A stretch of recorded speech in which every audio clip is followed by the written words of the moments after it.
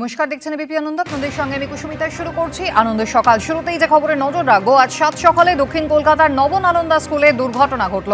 School ভবনের ওপর থেকে কাঁচ ভেঙে পড়ে আহত হয়েছে অষ্টম শ্রেণীর 2 ছাত্র। কথা বলবো হিন্দোল দে, আমাদের প্রতিনিধি রয়েছেন আমাদের সঙ্গে। হিন্দোল, কিভাবে দুর্ঘটনা ঘটলো, ছাত্রদের শারীরিক অবস্থা কেমন?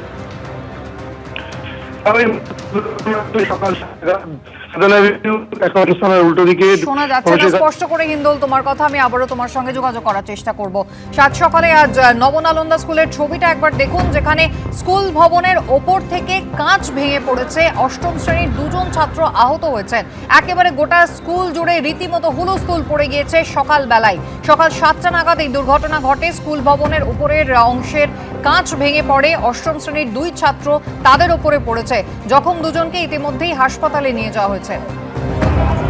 দুর্ঘটনার পর আতঙ্কিত হয়ে পড়েন অভিভাবকরাও। হিন্দোল দে, আমাদের প্রতিনিধি রয়েছেন আমাদের সঙ্গে। হিন্দোল, একেবারে সকাল 7টা নাগাদ যখন এই ছাত্ররা স্কুলে প্রবেশ করছে, সেই সময় কিন্তু এই মারাত্মক দুর্ঘটনা হয়। তোমাকে বলে রাখি, ছাত্র অভিভাবকরা যেটা বলছেন, যেই সময় ছাত্ররা প্রবেশ করছে সেই সময় সকাল 7টা নাগাদ আচমকাই কিন্তু নবনালন্দা স্কুলের ওপরের কাঁচের যে অংশ রয়েছে, সেই কাঁচের অংশের এক টুকরো কাঁচ কিন্তু ভেঙে পড়ে। এবং সেই কাঁচে ভেঙে পড়ে যখন, সেই সময় 2জন অষ্টম শ্রেণীর ছাত্র তারা স্কুলে প্রবেশ করছিল, তাদের ওপরে সেটা ভেঙে পড়ে। তাতেই একজন ছাত্রের ঘাড়ে এবং একজন ছাত্রের হাতে গুরুতর আঘাত লেগেছে। তৎক্ষণাৎ অভিভাবকরা সেখান থেকে তাদেরকে উদ্ধার করে একটি বেসরকারি হাসপাতালে নিয়ে গিয়েছে। কিন্তু তাদের একটাই প্রশ্ন, যে অরক্ষিত অবস্থায় এই কাঁচ থাকা সত্ত্বেও স্কুল কেন তা মেরামত করেনি, এবং যার জেরে এই মারাত্মক দুর্ঘটনা ঘটলো। গোটা ঘটনায় এখনো পর্যন্ত কিন্তু গোটা স্কুলে হুলস্থুল বেঁধে যায়। অভিভাবকদের মধ্যে ক্ষোভ সঞ্চারিত হয়েছে এবং তারা কিন্তু স্কুলের বিরুদ্ধে অভিযোগ করছেন। যদি এই বিষয়ে এখনো পর্যন্ত নবনালন্দা স্কুল কর্তৃপক্ষের কোনো রকম কোনো বক্তব্য পাওয়া যায়নি। 2 ছাত্রকে কিন্তু এটি বেসরকারি হাসপাতালে স্থানান্তরিত করা হয়েছে, তেমনটাই স্কুল সূত্রে বলা হচ্ছে। গোটা ঘটনা কিভাবে ঘটলো, কিভাবে কাঁচের অংশ ভেঙে পড়লো, সমস্ত বিষয়টাই খতিয়ে দেখা হচ্ছে। ধন্যবাদ। অবশ্যই ইতিমধ্যেই আপনারা জানেন যে বিষাক্ত আরএল স্যালাইন চলার কারণে কিন্তু এক প্রসূতির মৃত্যুর ঘটনা। 3 জন গুরুতর অবস্থায় অসুস্থ এবং তাদের মধ্যে 2 জনের ভেন্টিলেশন হচ্ছে। গ্রিন করিডোর করে গতকাল তাদেরকে এসএসকেএম হাসপাতালে নিয়ে আসা হয়েছে। অবশ্যই এই প্রসঙ্গে আমরা আলোচনা যেমন করব, তার পাশাপাশি বাংলাদেশের প্রসঙ্গে আলোচনা করতে হবে, কারণ ঢাকায় নিযুক্ত ভারতীয় হাই কমিশনারকে গতকাল ফের ডেকে পাঠানো হলো। কথাবার্তা হয়েছে দুপক্ষের। আলোচনার জন্য যারা রয়েছেন প্রথমে পরিচয় করে দিয়ে, অর্ণব সাহা রয়েছেন ডক্টর তন্ময় মুখোপাধ্যায়, ডক্টর অংশুমান মিত্র রয়েছেন এবং সুব্রত দত্ত। সবাইকে স্বাগত জানাই আলোচনায়। প্রথমেই আপনাদের দেখাই যে এই মুহূর্তে কি পরিস্থিতি। একেবারে 3 জন প্রসূতি যারা গুরুতর অসুস্থ, মেদিনীপুর মেডিকেল কলেজ থেকে গ্রিন করিডোর করে এসএসকেএম এ নিয়ে আসা হলো। 2 জন ভেন্টিলেশনে রয়েছেন। চিকিৎসার জন্য গঠন করা হয়েছে ক্রিটিক্যাল বিশেষজ্ঞদের নেতৃত্বে 5 সদস্যের মেডিকেল বোর্ড। নিষিদ্ধ স্যালাইন প্রয়োগে গুরুতর অসুস্থ হয়ে পড়েছেন মেদিনীপুর মেডিকেলের 3 প্রসূতি। রবিবার সন্ধ্যে 3 প্রসূতিকেই আনা হলো কলকাতায়, ভর্তি করা হলো এসএসকেএম হাসপাতালে। রবিবার বিকেলে 3 প্রসূতিরই ডায়ালিসিস করা হয়। ঘড়ির কাঁটায় তখন 7:19। মেদিনীপুর মেডিকেল থেকে রওনা দেয় প্রথম অ্যাম্বুলেন্স। এরপর একে একে 3টি অ্যাডভান্স লাইফ সাপোর্ট অ্যাম্বুলেন্সে করে সোজা তাদের নিয়ে আসা হয় এসএসকেএম এ। মাম্পি সিংহ নামে 23 বছরের এবং নাসরিন খাতুন নামে 19 বছরের এক প্রসূতির অবস্থা সব থেকে গুরুতর। 2জনেই রয়েছেন ভেন্টিলেশন সাপোর্টে। মাম্পি সিংহকে ভর্তি করা হয়েছে সিসিইউ এর 14 নম্বর বেডে এবং নাসরিনকে আইসিইউ এর 6 নম্বর বেডে। অক্সিজেন সাপোর্টে রাখা হয়েছে আরেক প্রসূতি মিনারা বিবিকে। সিসিইউ এর 13 নম্বর বেডে ভর্তি রয়েছেন তিনি। 3টি অ্যাম্বুলেন্সেই ছিল ভেন্টিলেটরি সাপোর্ট। প্রত্যেকটিতেই ছিলেন একজন করে মেডিকেল টেকনোলজিস্ট, চিকিৎসক এবং নার্সিং স্টাফ। এদিকে সংকটজনক 3 প্রসূতির চিকিৎসায় এসএসকেএম হাসপাতালে 5 সদস্যের একটি মেডিকেল বোর্ড গঠন করা হয়েছে। সৌমেন চক্রবর্তী, ঝুরাম করঞ্জয় ও সন্দীপ সরকারের রিপোর্ট, এবিপি আনন্দ। দেখুন, যে ওষুধ ব্যান করা হয়েছে সেই আরএল স্যালাইন কেন দেওয়া হয়েছিল সেই নিয়ে যেমন প্রশ্ন রয়েছে, কিন্তু এই 3 জনকে যখন স্থানান্তরিত করা হলো সেই সময়ও কিন্তু গন্ডগোল হলো। এই প্রসূতদের মেদিনীপুর মেডিকেল থেকে এসএসকেএম এ আনার আগে পরিস্থিতি রীতিমতো উত্তপ্ত হয়ে উঠলো। কাদেরকে নিয়ে আসা হচ্ছে সেই নিয়ে কিন্তু কোনো স্পষ্ট বার্তা, কোনো খবর কিন্তু বাড়ির লোকের কাছে পৌঁছলো না। স্বাভাবিকভাবেই উদ্বিগ্ন হয়ে পড়লেন তারা। দেখুন,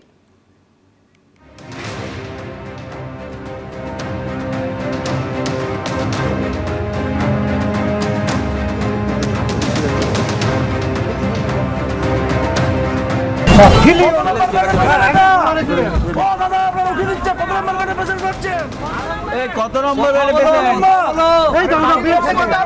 বাড়ির লোক তো যাবে, গাড়িতে উঠবে তো, বাড়ির লোক যাবে তো। কত নম্বর প্যাসেঞ্জার? বাড়ির লোক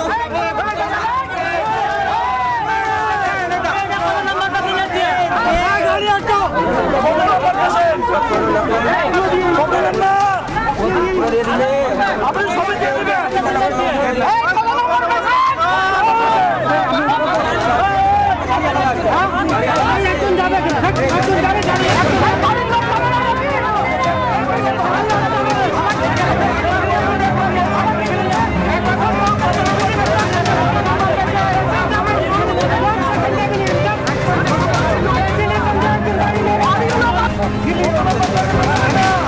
আমি আলোচনায় আসবো। আমি অর্ণববাবুকে দিয়ে শুরু করবো। অর্ণববাবু, কার বাড়ির লোককে নিয়ে যাওয়া হচ্ছে? একটা সরকারি হাসপাতাল, সেখানে কতজন প্রসূতি অ্যাডমিটেড রয়েছেন, কাদের অবস্থা ক্রিটিক্যাল, কাদেরকে স্থানান্তর করা হচ্ছে? একেবারে রাতারাতি মেদিনীপুর থেকে কলকাতায় নিয়ে আসা হচ্ছে, বাড়ির লোককে জানানো হবে না? মুখ্যমন্ত্রী মমতা বন্দ্যোপাধ্যায় স্পষ্ট নির্দেশ আমরা জানি, যেমন দ্রুত চিকিৎসার ব্যবস্থা করতে হবে, বাড়ির লোককেও কিন্তু একেবারে নিশ্চিন্ত করতে হবে, সেটাও কিন্তু একটা দায়িত্বের মধ্যে পড়ে। নিশ্চয়ই, মানে আপনারা তো 3টে নাম দেখালেন এখানে, এবং তারা কোন কোন বেগে কোন কোন ওয়ার্ডে ভর্তি হয়েছে সেটাও আপনারা দেখালেন। এবং এক্ষেত্রে যদি এরকম কোনো ফাঁক থেকে থাকে যে বাড়ির লোককে জানানো হয়নি, নিয়ে আসা হয়েছে, তাহলে সেটার একটা কারণ হতে পারে যে হচ্ছে প্রচণ্ড তাড়াহুড়ো করে নিয়ে আসা হয়েছে, তার কারণ খুব ক্রিটিক্যাল কন্ডিশন ছিল। এবং এই যে 3 দিন ধরে আমরা যে ঘটনাটা নিয়ে এত বেশি করে তোলপাড় দেখছি, এত বেশি করে আলোচনা দেখছি, এইটার প্রেক্ষিতে একটা খুব দ্রুত সমাধান, বা এদের যাতে আর কোনো ফার্দার আরো বেশি ডিটেরিওরেট না করে, শারীরিক ডিটেরিওরেট না করে, আরো যেন কোনো মৃত্যু না হয়, এইটার জন্য নিয়ে আসা, সেটা একটা কারণ হতে পারে। এবার আমি যেটা আমার কাছে যেটা সবচেয়ে মানে বলার মতন জায়গা, সেটা হচ্ছে দেখুন 10ই ডিসেম্বর সেন্ট্রাল ড্রাগ কন্ট্রোল এবং স্টেট ড্রাগ কন্ট্রোলের একটা যৌথ অভিযান হয়েছিল ওই যে ফার্মাসিউটিক্যাল, মানে পশ্চিমবঙ্গ ফার্মাসিউটিক্যাল, তাদের যে চোপড়ার যে ফ্যাক্টরিতে, এবং সেখানে গিয়ে কিন্তু শুধু রিঙ্গাল ল্যাকটেক নয়, মোট 10টা ওষুধকে নিষেধাজ্ঞার আওতায় আনা হয়েছিল। 7ই জানুয়ারি সেটার একটা নোটিফিকেশনও বেরিয়েছিল। এবং যে বারবার করে যেটা বলা হচ্ছে যে ওটা ব্যবহার করা হয়েছে, আমার এখানে বিনীতভাবে শুধু একটাই প্রশ্ন, সেটা হচ্ছে যে এই যে এন্টার যে ফয়েলগুলো এখনো রয়েছে বা স্যালাইনের বোতলগুলো এখনো রয়েছে, একজন 13 সদস্যের যে কমিটি তৈরি করা হয়েছে, তার মধ্যে একজন ডাক্তারবাবু আপনাদের চ্যানেলেই বলেছেন, ক্যামেরার সামনে বলেছেন যে কোনো হয়তো অপরিশ্রুত কোনো ফ্লুইড হয়তো ওর মধ্যে থেকে গিয়েছে। আমার প্রশ্নটা হচ্ছে যে প্রত্যেকটি বোতলেই কি অপরিশ্রুত ফ্লুইড থেকে গিয়েছে, নাকি ওই মহিলার শরীরে যেটা দেওয়া হয়েছে সেটাই করা হয়েছে? আমি সব বুঝলাম অর্ণববাবু, যে প্রশ্ন আপনি তুলছেন সেই একই প্রশ্ন গত 2 দিন ধরে আমরাও তুলছি, কিন্তু আমার প্রশ্নের উত্তরটা আমি পেলাম না। সেটা হচ্ছে যে যখন কারুর বাড়ির লোককে নিয়ে যাওয়া হবে, তার বাড়ির লোককে ইনফর্ম কেন করা হবে না? আজকে আমার বাড়ির কোনো অসুস্থ যদি কাউকে নিয়ে যাওয়া, ভুল লোক ঠিক লোক কথাটা নয়, আমার বাড়ির লোক যাচ্ছেন কিনা না আপনার বাড়ির লোক চলে যাচ্ছেন সেটা তো আমাকেও জানতে হবে, তাই না? এটা তো একটা ক্ল্যারিটির প্রশ্ন। অবশ্যই কমিউনিকেশন গ্যাপ, কিন্তু এক্ষেত্রে আমার মনে হয় না কোনো ভুল হয়েছে, যারা অসুস্থ তাদেরকে নিয়ে আসা হয়েছে। যদি ভুল হতো তাহলে এটা আপনারাই খবর করতেন যে ভুল লোককে নিয়ে আসা। ব্যাপারটা ভুল ঠিকই নয় অর্ণববাবু, ব্যাপারটা একেবারেই তর্কের জায়গায় নয়। বেশ, ডক্টর মুখোপাধ্যায়, দেখুন এটা ভুল হচ্ছে, যেটা ব্যাখ্যা দেওয়া হচ্ছে, কারণ এই জন্যে যে রোগীর আত্মীয়কে বলা হচ্ছে ডিউটি, তাদের সম্মতি নেওয়া হচ্ছে ডিউটি, কর্তব্য। আজকে ধরুন রোগীর আত্মীয়রা বলল যে আমরা চাই না আমার রোগী এসএসকেএমে যাক, কারণ আমরা জানি এসএসকেএমে ভুল চিকিৎসা হয়, মুখ্যমন্ত্রীর ভুল চিকিৎসা হয়েছে, মুখ্যমন্ত্রী বলেছে আমরা চাই না এসএসকেএমে ট্রান্সফার করতে। তাহলে কি হলো? তাহলে তাদের সম্মতি ছাড়া, তাদের ইচ্ছা ছাড়া জোর করে নিয়ে চলে যাওয়া হলো। এটা কোথায় হয়? তো সুতরাং রোগীর পরিবারের সম্মতি ছাড়া ওখানে রোগীকে শিফট করা যায় না। আর তাদেরকে এটাও জিজ্ঞাসা করতে হবে যে ওই এসএসকেএমে নিয়ে যাচ্ছি, আপনাদের কি ভরসা আছে ওখানে ভালো চিকিৎসা হয়, সেই জন্য নিয়ে যাওয়ার চেষ্টা করছি। তারা যদি বলে তখনই আনা যাবে। তারা বলতে পারে যে না আমরা চাই না, আমরা বেসরকারি জায়গায় নিয়ে যাবো, আমরা চাই না, আমরা হচ্ছে আর্জি করে নিয়ে যাব। বাড়ির লোককে না জানিয়ে কিভাবে পেশেন্টকে নিয়ে যাওয়া হয়? বাড়ির লোক এত উদ্বেগের মধ্যে রয়েছেন, এতে তো তাদের উদ্বেগ আরো বাড়লো। কার পেশেন্ট, কি অবস্থায় রয়েছেন, তাকে কোন অবস্থায় শিফট করানো হলো সেটা জানানো হবে না? তবে আতঙ্ক উদ্বেগের কিন্তু এখানেই শেষ নয়। দেখুন, গঙ্গাসাগর ইতিমধ্যেই শুরু হয়ে গিয়েছে, আজ থেকে পুণ্যস্নান শুরু হয়ে গিয়েছে। যে আরএল ল্যাকটেট নিয়ে এত বিতর্ক রয়েছে, সেই আরএল স্যালাইন কিন্তু ইতিমধ্যেই সেখানে স্টোরেজ করা হয়েছে। সিএমওইচ কি বলছেন? ব্যবহার নয়, স্টোরেজ করা হচ্ছে। যে ওষুধ ব্যান হয়ে গিয়েছে, কি কারণে এত গঙ্গাসাগরে যেখানে লক্ষ লক্ষ মানুষের ভিড় হবে সেখানে রাখা হচ্ছে দেখুন। গঙ্গাসাগর মেলার মতো এরকম একটি জায়গায় তৈরি অস্থায়ী হাসপাতালেই দেখা গেল থরে থরে সাজানো রয়েছে নিষিদ্ধ সংস্থার ওষুধ, রয়েছে অভিযুক্ত সংস্থার তৈরি ওষুধের বড় বড় বাক্স। যদিও প্রশাসনের দাবি এই সংস্থার ওষুধ ব্যবহার করা হচ্ছে না। পশ্চিমবঙ্গ ফার্মাসিউটিক্যালসের প্রায় 14টা আইটেম আপনারা জানেন ওনারা দেন। আমাদের রিঙ্গার ল্যাকটেটের যেটা ওটা ম্যানুফ্যাকচারিংয়ের উপর একটা নিষেধাজ্ঞা জারি হয়েছে 14টা প্রোডাক্টের উপরে। আমরা কোনো প্রোডাক্টই এখন ইউজ করছি না। আমরা যেটা করছি সেটা হচ্ছে যে অন্য কোম্পানি যদি থাকে করছি, অথবা নর্মাল স্যালাইন, ডিএনএস, 5D ইত্যাদি নানা রকম স্যালাইন আছে, সেগুলো আমরা ইউজ করছি। আইসোলেশন ক্যাম্পে গিয়ে দেখা গেল সেখানে রাখা রয়েছে নিষিদ্ধ রিঙ্গার ল্যাকটেট স্যালাইন। আমরা কোনো রিঙ্গার ল্যাকটেট পশ্চিমবঙ্গ ফার্মাসিউটিক্যালসের ব্যবহার করছি না, কারণ এই টেম্পোরারি হসপিটালটা এস্টাবলিশ হয়েছে 3-4 তারিখ নাগাদ, কারণ আমাদের 8 তারিখ থেকে ফুললি অপারেশনাল করে দিতে হয়। তো সমস্ত মেডিসিন এখানে আনা হয়, সেই মতো ওটা আমরা অস্থায়ী, যেটা আমরা আইসোলেশন দেখছেন সেটা কিন্তু আমাদের একটা টেম্পোরারি স্টোর হিসাবে ইউজ করছি।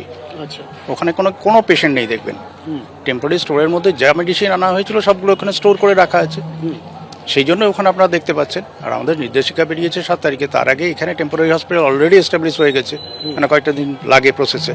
তো সেই জন্যই স্টোর হিসাবে রাখা আছে এবং স্টোরে, কিন্তু আমরা কোনো রিঙ্গার ল্যাকটেট পশ্চিমবঙ্গ ফার্মাসিউটিক্যালসের ইউজ করছি না। কিন্তু ব্যবহারই যখন করা হচ্ছে না, তাহলে নিষিদ্ধ সংস্থার ওষুধ কেন সরকারি কেন্দ্রে এত পরিমাণে মজুত করা হয়েছে? সেই প্রশ্নের উত্তর কিন্তু মেলেনি। হিন্দোল দে ও করুণাময় সিংহর রিপোর্ট, এবিপি আনন্দ। আমি ডক্টর অংশুমান মিত্রর কাছে যাব। ডক্টর মিত্র, এখানে বলা হচ্ছে যে ব্যবহার নাকি আরএল স্যালাইন করা হবে না, শুধুমাত্র নাকি মজুত করা হচ্ছে। গঙ্গাসাগরের মতো এত ভিড়ভাট্টার জায়গায় সেখানে নাকি শুধু মজুত করা হচ্ছে, কিন্তু যে সমস্ত অন্য সরকারি হাসপাতালগুলো রয়েছে সেই সমস্ত জায়গা থেকে কি আরএল স্যালাইনের বটলগুলো সত্যি সরানো হয়েছে? তার বিকল্প হিসাবে এখনো পর্যন্ত কি প্রোভাইড করা হয়েছে? একেবারেই ঠিক প্রশ্ন। আমরা মেডিকেল সার্ভিস সেন্টার থেকে যেটা বারে বারে বলে আসছি, একটা অভয়া হয়েছে, দ্বিতীয়, তৃতীয়, চতুর্থ খালি সময় অপেক্ষা। যেভাবে থ্রেড সিন্ডিকেটকে, যেভাবে এই যে জাল চক্রকে সরকারি মদতে, কেবল রাজ্য সরকার না, রাজ্য সরকার, কেন্দ্র সরকার, রাজ্য পুলিশ, কেন্দ্রীয় যে ইন্ডিপেন্ডেন্ট যে সিবিআই এবং sessions court, high court, supreme court একযোগে যেভাবে এই থ্রেড সিন্ডিকেট এবং এই দালালিকে, নোংরামিকে সাপোর্ট করছেন, এবং যে অ্যাডমিনিস্ট্রেশন যার ন্যূনতম মেডিকেল নলেজ নেই, যে রিঙ্গারের বদলে অমুক দেয়, জানে এটা হচ্ছে বাচ্চা ছেলেকে আমি দোকানে নিয়ে গেছি, লাল লজেন্স না নীল লজেন্স না লেমন জুস নেবে না চকলেট নেবে, এটার জন্য চয়েস হচ্ছে। এইগুলো ওটা বলা হয়েছে এখন ইউজ না করতে, তাদের স্টকটা কেন? ওখানে একটা এমার্জেন্সি যেখানে হসপিটাল, সেখানে যেখানে স্পেস ক্রাঞ্চ আছে, সেখানে কেন ওটা? তার মানে এইটাকে টোটালি এত মাস, প্রায় 10 মাস আগে ব্যান্ড হয়েছে কর্ণাটকে, এখানে ইমপ্লিমেন্ট হয়নি, এখানে ইন্সপেকশন যে তারপরে 1 মাস লেগে গেল। যে গড়িমসি মানুষের জীবন নিয়ে, এবং যে বাল্যখিল্য ইনফরমেশন, টোটাল হেলথ সিস্টেম চলছে কর্পোরেট ব্যুরোক্র্যাট তত্ত্বাবধানে, সেখানে সায়েন্স এবং মেডিসিনের কোনো জায়গা নেই, সেখানে দায়িত্বর কোনো জায়গা নেই। কাজে রুগীর বাড়ির লোককে খবর দেওয়া, এই স্টক করা না করা, এগুলো সবটাই এদের কাছে কতগুলো জাস্ট 1, 2, 3 সংখ্যার ব্যাপার। যেমন অভয়ারও মৃত্যু যেন সংখ্যার ব্যাপার। এইটাকে অল আউট আমাদের রেজিস্ট করতে হবে। এটা একটা সার্বিক, এটা কোনো এই দল সেই দল অমুক সরকার তমুক সরকার বিষয় না, এটা সার্বিক সোশ্যাল ক্রাইসিস। আমাদের সমাজ ব্যবস্থায় যেভাবে চলছে এটা ভেঙে পড়ার মুখে, এবং মৃত্যুর বেসাতি হচ্ছে। এই জায়গায় দাঁড়িয়ে আমরা medical professional ethics, social ethics যদি সর্বোচ্চ প্রায়োরিটি না ধরতে পারি, তাহলে কিন্তু কাদা ছড়াছড়ি সমস্যার সমাধান হবে না। এবং যেখানে মানুষের স্বাস্থ্য, একেবারে গণস্বাস্থ্য নিয়ে প্রশ্ন, সেখানে হাসপাতালে ব্যান করে দেওয়া হয়েছে যে আরএল স্যালাইন শুধুমাত্র গঙ্গাসাগরের মতন জমায়েত যেখানে হচ্ছে সেখানে রাখা হচ্ছে, এমনটা নয়। তার পাশাপাশি মালদার হরিশ্চন্দ্রপুর গ্রামীণ হাসপাতাল, সেখানে কিন্তু রোগীদের এখনোই আরএল স্যালাইন দেওয়া হচ্ছে। তাহলে প্রশ্ন হচ্ছে, স্বাস্থ্য দপ্তর যে নিষেধাজ্ঞা নাকি জারি করেছে, সেই বার্তাটা কি তাহলে সমস্ত সরকারি হাসপাতালগুলোতে পৌঁছচ্ছে না? সেখানকার চিকিৎসকদের হাতে কোনো লিখিত নির্দেশ নেই, এমনটাই তারা বলছেন।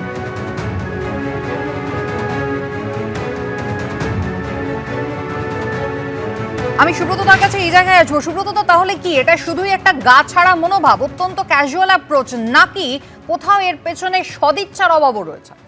হাজার হাজার প্রশ্ন। দেখুন, প্রথম হচ্ছে আমাদের রাজ্যের স্বাস্থ্য ব্যবস্থা ভেঙে পড়েছে। পশ্চিমবাংলা নূতন মাফিয়া সেবাশ্রয় চালু করে সেটার প্রমাণ দিয়ে দিয়েছে। দ্বিতীয় কথা আমি যেটা বলছি, যে আপনারা তো সাংবাদিক, আপনারা একটু ইনভেস্টিগেশন রিপোর্ট মানুষের কাছে উপস্থিত করুন। গত 2 মাসে স্যালাইনের জন্য খাতড়ায়, উত্তরপাড়ায়, হরিশ্চন্দ্রপুরে কেউ মারা গেছে কিনা, গুরুত্বপূর্ণ তথ্য এখানে আপনারা পেয়ে যাবেন। গত 2-2.5 মাসে মারা গেছে মানুষ পশ্চিমবাংলায়, সম্ভবত এই আরএল স্যালাইনের জন্য, সম্ভবত, আমি নিশ্চিত নই, এইটা আপনাদের খুঁজে বার করা দরকার। আচ্ছা বলুন, এই যে প্রসূতি মারা গেল, এই মৃত্যুর জন্য অনিচ্ছাকৃত মৃত্যুর অভিযোগে ওই কোম্পানির মালিকের বিরুদ্ধে কোনো কেস হয়েছে? না। কেন হয়নি? কেন ওই কোম্পানির মালিক কে পুলিশ বলতে পারছে না কেন? আমরা জানতে পারছি না কেন? ও অ্যারেস্ট হচ্ছে না কেন?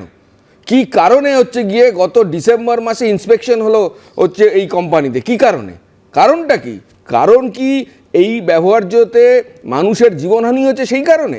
এই সব সত্য আসলে মেডিকেল ব্যবস্থা, পশ্চিমবাংলার স্বাস্থ্য ব্যবস্থা ভেঙে পড়েছে, গোটাটা কর্পোরেটের হাতে দিয়ে দেওয়া হয়েছে। কর্পোরেটের স্বার্থ রক্ষা করবার জন্য রাজ্যের সরকারের সমস্ত প্রাণ ঢেলে দেওয়া হয়েছে। সেই কারণে দেখুন, আমি বলছি এই যে মারা গেছে, মারা যাওয়ার পর এই যে স্যালাইন তার কোয়ালিটি কন্ট্রোল করবার জন্য গেছে, 3 দিন হয়ে গেছে, আসেনি কেন রিপোর্ট? রিপোর্ট কোথায়? রিপোর্ট কেউ খুঁজে পাবে না, কারণ এর সঙ্গে প্রশাসনের কর্তা ব্যক্তি, রাজ্যের শাসক দল, সরকার, তাদের সরাসরি নেক্সাস আছে।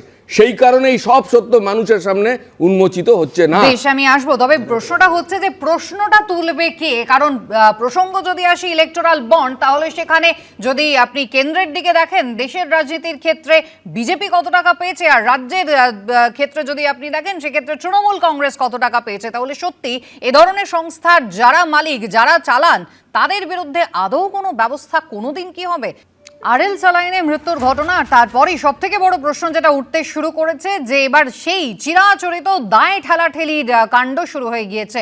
ইতিমধ্যেই কিন্তু মেদিনীপুর মেডিকেল কলেজের অধ্যক্ষ তিনি সুপারের ঘাড়ে দায় ঠেলেছেন, আর যে ব্যাচ নম্বরের রিঙ্গার ল্যাকটেড ঘিরে বিতর্ক, সূত্রের খবর গত জুন মাসে কিন্তু তার নমুনা স্টেট ড্রাগ কন্ট্রোলে পরীক্ষার জন্য পাঠানো হয়েছিল। বছর ঘুরে গিয়েছে, রিপোর্ট মেলেনি। স্যালাইন কাণ্ড নিয়ে যখন রাজ্য জুড়ে তোলপাড় চলছে, তখন এর দায় সুপারের ঘাড়ে ঠেলেছেন মেদিনীপুর মেডিকেল কলেজের অধ্যক্ষ। তার দাবি, স্যালাইন এসেছিল অন্য জেলা থেকে। এই স্যালাইনগুলো কোথা থেকে প্রকিউর করেছিলেন আপনারা? এটা তো তমলুক ডিআরএস থেকে এসেছিল, সেকেন্ড গভর্নমেন্টের তমলুক ডিআরএস থেকে এসেছিল। আচ্ছা, এটা কি আপনাদের স্টেটে, আপনাদের ডিস্ট্রিক্টের? 2 জানুয়ারিতে এমএসভিপির সাইড থেকে হয়েছিল। এটা তো হসপিটাল স্টোরে এসেছিল না? কবে প্রকিউর হয়েছিল? ইন্ডিয়ান করেছিল আমাদের অ্যাডিশনাল মেডিকেল সুপারিনটেন্ডেন্ট, তারপর সেটা হসপিটালে ঢুকেছিল।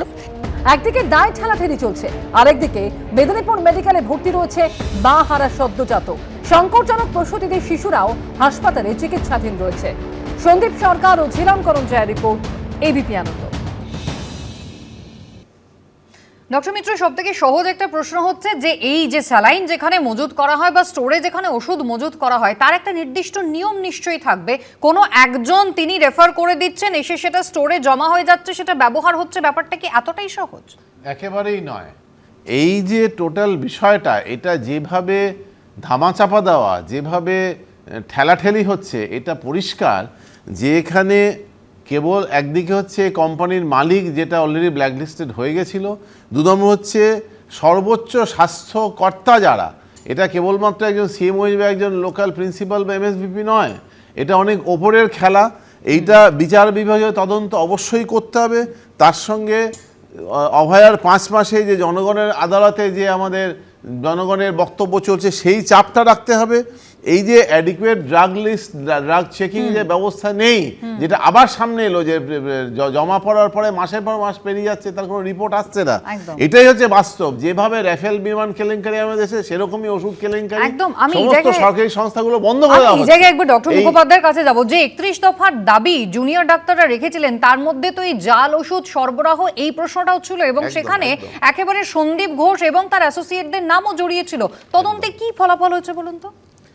দেখুন, এখানে হচ্ছে যেটা হয় সেটা টেন্ডার দুর্নীতি হয়। এই টেন্ডারটা পাইয়ে দেওয়া হয়, সেখানে তখন ওই টাকা পয়সা এক জায়গা থেকে আর এক জায়গায় যায়। তো সেই জন্যে সরকার অনেক সময় কিছু করে না। আমাদের রাজ্যে সেটাই আমরা দেখে আসছি। সেটা আরজি করেও তাই হয়েছে আপনারা জানেন, আর হচ্ছে এখানেও তাই হচ্ছে আপনারা জানেন। এবং সরকার যে এই যে সার্টিফিকেট পায়নি বলছে, তো যারা সার্টিফিকেট পায়নি, তার মানে সেখানে একটা কোশ্চেন মার্ক রয়েছে। যে সেটা হচ্ছে কোয়ালিটি নিয়ে কোশ্চেন মার্ক রয়েছে, তাহলে সেই জিনিসটা ব্যবহার করছে কি করে? একদম। তাহলে অর্ণববাবু, এটা কি কোথাও ইন্টারলিঙ্কড বলে আপনার মনে হয়? সেই সন্দীপ ঘোষের বিরুদ্ধে যে অভিযোগগুলো জুনিয়র ডাক্তাররা তুলেছিলেন এবং তারপরে এই যে 8টা ওষুধ টোটাল ব্যান হয়ে গিয়েছে, তা সত্ত্বেও সেগুলো রয়েছে, এই যে অভিযোগগুলো আসছে, কোথাও কি এটা ইন্টারলিঙ্কড বলে আপনার মনে হয়? না, আমি প্রথমেই যেটা বলবো সেটা হচ্ছে যে ওই নৃশংস ধর্ষণ এবং হত্যাকাণ্ড যেটা ঘটেছিল আরজি করে, তার সঙ্গে এই ঘটনাটা, মেদিনীপুর হসপিটালের এই ঘটনাটাকে ক্লাব করা বারবার করে এটা অনেকে করছেন। আমি কালকেও দেখেছি এই জিনিসটা অনেকেই করছেন। এটা আমার মনে হয় একেবারেই ঠিক না। এবং আমি সেই সঙ্গে এটাও বারবার করে বলছি, এটা সুব্রতদা বললেন যে পুরো ব্যবস্থাটাকে বেসরকারীকরণ করে দেওয়ার একটা চেষ্টা হচ্ছে। আমি শুধু একটু মনে করিয়ে দিতে চাই যে বিগত 14 বছরে পশ্চিমবঙ্গ সরকার স্বাস্থ্যক্ষেত্র, সরকারি স্বাস্থ্যক্ষেত্রের জন্য 1.5 লক্ষ কোটি টাকা ইনভেস্ট করেছে এবং এটাকে এক্সপ্যান্ড করবার চেষ্টা করেছে। কিন্তু তারপরেও প্রশ্নটা থেকে যায় যে সামগ্রিক নজরদারি সেটাতে সরকার কতটা মনোযোগী হচ্ছে, স্বাস্থ্য দপ্তর কতটা উদ্যোগী হচ্ছে। আজকে কি রিপোর্ট আসে অবশ্যই সেদিকে নজর থাকবে। বাংলাদেশ প্রসঙ্গে আমি আলোচনায় ফিরবো, বিরতির পর আপনাদের সঙ্গে থাকবেন।